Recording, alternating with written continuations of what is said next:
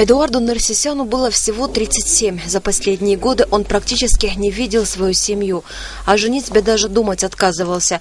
«Не хочу портить чью-то жизнь», – отшучивался он, когда друзья затрагивали тему его женитьбы. Служба в Центре специального назначения сложна. Многие сотрудники видят свои семьи всего несколько раз в месяц, а то и реже. Их работа сопряжена с высоким риском для жизни. В силовых структурах Абхазии Эдуард Нарсисян с 1998 года.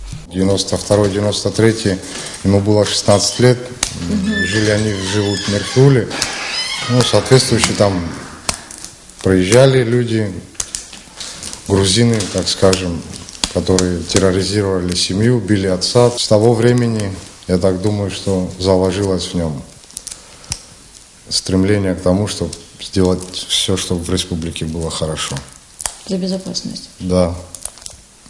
Безопасно и хорошо всем, кто тут живет и будет жить.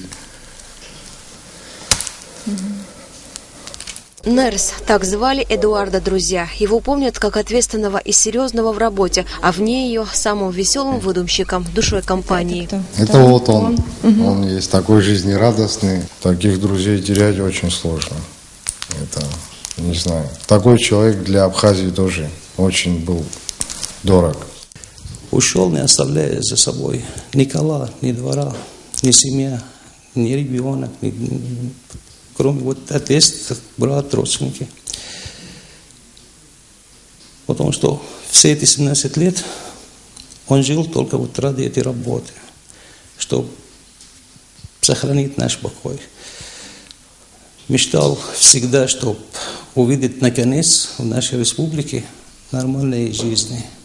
Безопасной жизни. Нарсисян за годы службы в ЦСН участвовал в ряде спецопераций. Среди них майские события 1998 года. В 2001 году спецоперация в Кадорском ущелье по вытеснению банды Гилаева. Эдуард Нарсисян в 2008 году участвовал также в совместной с российскими военными операции по принуждению Грузии к миру. Центр специального назначения Абхазии существует 16 лет. Эдуард Нарсисян стоял у истоков формирования спецслужб нашей страны. Все это время Эдуард Нарсисян всегда был в головном дозоре, вспоминают сегодня его сослуживцы. Один из первых руководителей Центра специального назначения, ныне министр внутренних дел Рауль Лоло, вспоминает своего друга и брата. Видно, как тяжело ему говорить о Нерсе в прошедшем времени. Последние годы занимался отбором и подбором молодых ребят в это же подразделение, в котором он и служил. Занимался тем, что делал так, чтобы подразделение развивалось, улучшалось, усиливалось. То есть проводил очень большую, серьезную работу уже внутри подразделения. Был очень таким открытым, очень порядочным человеком. Знаете, если говорить наверное, и я глубоко убежден, что мои товарищи меня полностью в этом поддержат, если я скажу, чтобы он был эталоном сотрудника специального подразделения.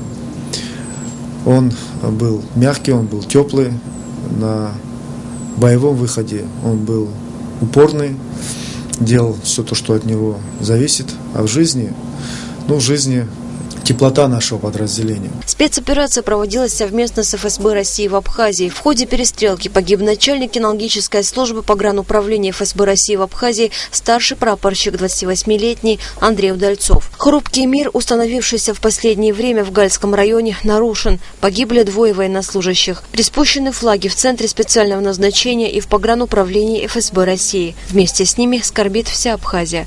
Асида Малия, Беслан Джанджоля, Абхазское телевидение.